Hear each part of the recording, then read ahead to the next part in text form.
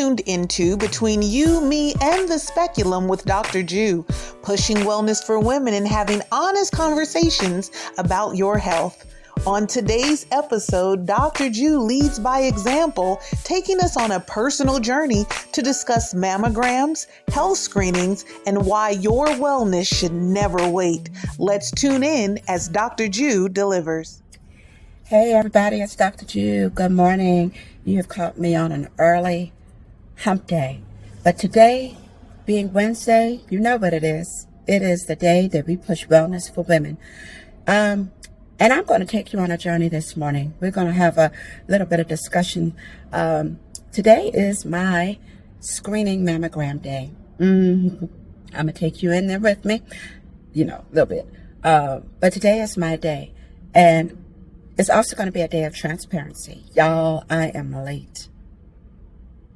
Not for my appointment. I'm on top of my appointment. I am late for my mammogram. At the start of the age of 40, you're supposed to get it every year. And somebody missed. But y'all, folks be missing their appointments all the time.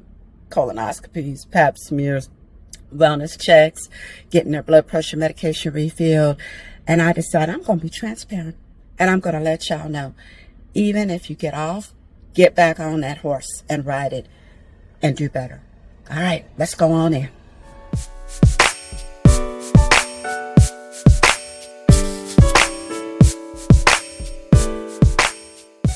I had been going to the doctor for years with heavy bleeding. I kept being told there's nothing wrong with me. A woman can tell her body when something's going on, and I just couldn't accept the fact that they were telling me it's the change of life. Dr. Burt did a pathology report and found out I had cancer. Just her compassion, her bedside manner, her care for me as a patient was just amazing. She literally saved my life. Visit Radiant Women's Health in Conyers, helping you shine from the inside out.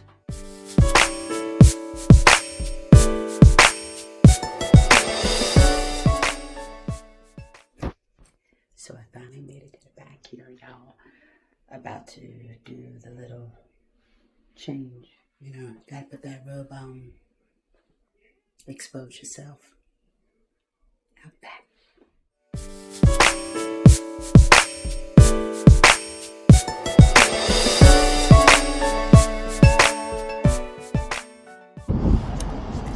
Hey everybody, I am back. I got my screening mammogram completed. Yay!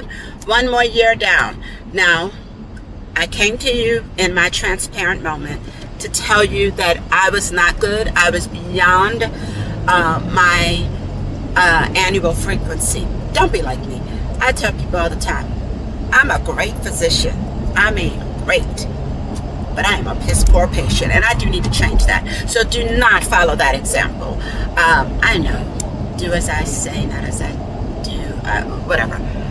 But it is so important to get your screening mammograms annually, beginning at the age of 40. Now, that recommendation is for average risk patients. Average risk. So not someone who has family history or personal history, especially of mutations that could increase your risk, or maybe as a young woman, young adult, you had some type of irradiation to the chest, you would be more at a high risk group. But for the average risk patient, begin screening at 40.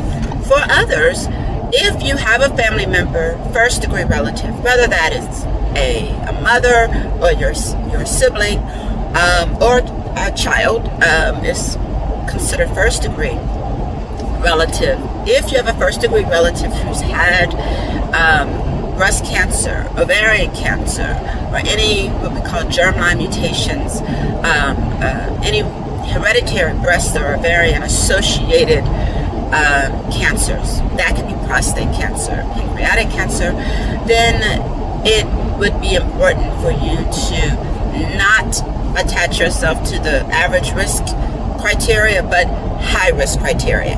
So what am I saying? If you had a mother who had breast cancer maybe at the age of 42, well, you don't want to start at 40, you want to start 10 years earlier than the age of that person, so 10 years earlier.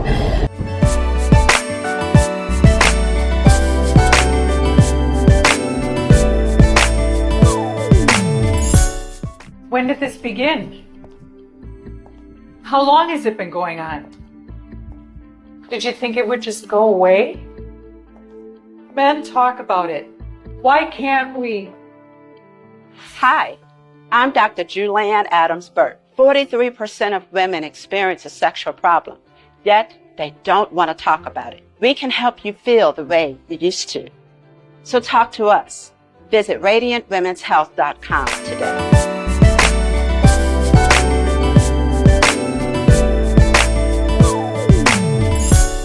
Not only did I want to just share about breast cancer screening, the importance of it. Everyone is not taking advantage, and there are multiple reasons why. It may be lack of access, it may be lack of insurance in order to get that. And I tell you, after COVID pandemic hit, the hospitals in my area and the facilities that offer breast cancer screening, they were packed. And so I think, just the awareness of health and wellness and the increased conversations related to that really packed these places out. So it was harder to get an appointment, and that can be a deterrent to people getting their screenings, especially in a timely and at regular in a timely manner and at regular intervals. But don't let that deter you. Please, please, please. I do want to share that, most women do get their screening in America. It's about 80% who are in the age group to get screened do get screened. So kudos to you for doing that. But let's improve and let's increase that screening. Similarly, colonoscopy screening for colonoscopy is a little worse, and probably because of how invasive it is, right? 1 out of 3 Americans do not get screened, have yet to get screened. But thankfully, there are other modalities out now. Cologuard is one. There are home testing kits that you can use to get screened. Again, that is if you are average risk. These are for average risk for these cancers. Colon cancer, breast cancer. We're speaking of cervical cancer screening. Cervical cancer, the rate of screening has trended downward. However, that's because screening has improved. What we use for screening has improved. What I was doing as a medical student like 25 years ago has changed. And now in certain parts of this country, there are those who are offered even home screening. There is new methodologies. Instead of getting a pap smear every year, which is not necessarily recommended, again, we're talking those who are average risk. There are some who need to still get annual screenings, but if you're in the 30 plus crowd, you will be getting screened alongside HPV, human papillomavirus. We talked about that a few weeks ago, so you should go back and check that out. You don't need to get screened as often. The recommendation now is every 5 years.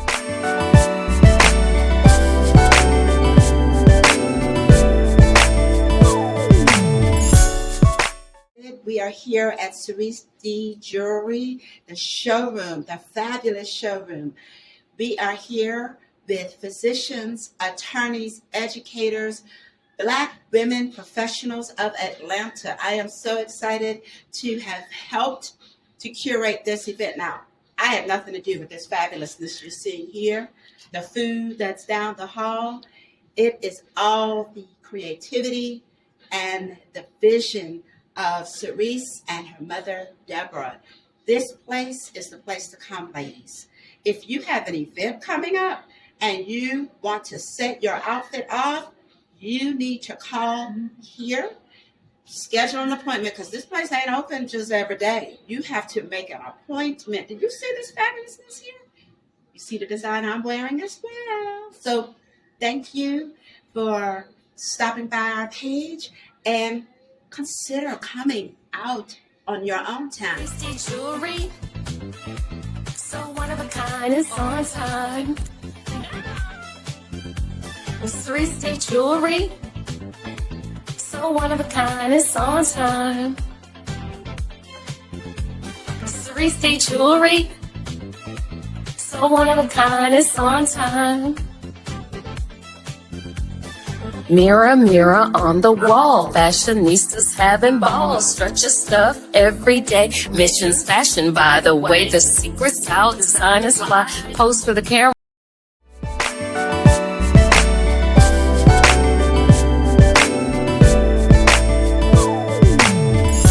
Now, again, I'm going to stand on what my belief system is. Not all cancers of the cervix are related to HPV. So we don't want to miss those that are harder to diagnose. So in my population, I recommend patients get their screening every 2 to 3 years. So we can talk about it. I do believe in shared decision making. Shared decision making. That means I don't try to tell you what you have to do, but I'm going to give you all the recommendations and the whys behind it, right? I love to educate patients, and you are going to take that information and make the decision as best for you, and hopefully it is something that we both can live with for the sake of your health. All right, so I am on my way to the office. I'm running a little bit behind. Sorry, patients who may be in the waiting room, but I'm coming. My screening mammogram took a little bit longer than I expected. But please remember, we are talking about preventative health measures here. There's primary prevention, secondary prevention, tertiary prevention. Maybe we'll talk about that on another show, another day.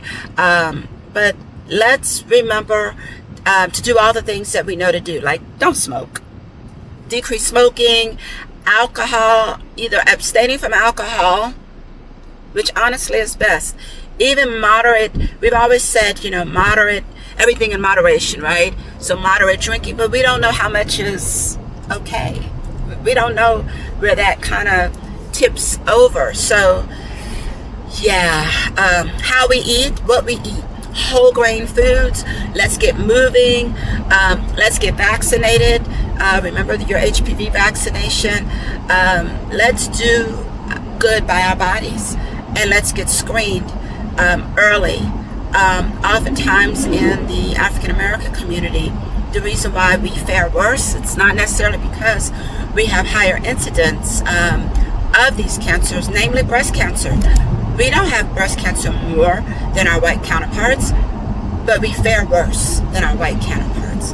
And so early screening can help in that. And if you do lack insurance, you're underinsured or lack access, maybe, go and find community outreach opportunities. There are fraternities and sororities and community service organizations and churches that host free fairs, and not just in October for Breast Cancer Awareness Month, or March during Colorectal Awareness Month, or January for Cervical Cancer Awareness Month, but all the months, right, throughout the year. Let's begin to prioritize, and again, do as I say and not as I do.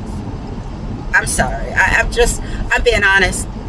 Your Dr. Ju was late getting her screening mammogram. But if you fall off that horse, you just pick yourself back up and get on and ride on. And I will. I am 52. I'm not going to keep making excuses, and I'm going to take care of myself better. I want you to do the same. All right, everybody. Till next time. Bye. Hi, I'm Dr. Ju. This is between you and me and the Speculum. The content shared on Between You, Me, and the Speculum with Dr. Ju is for informational purposes only. While Dr. Ju is a licensed physician, the information provided should not be considered a substitute for professional medical advice. Always consult your primary care physician or healthcare provider before making any changes to your health or wellness routine.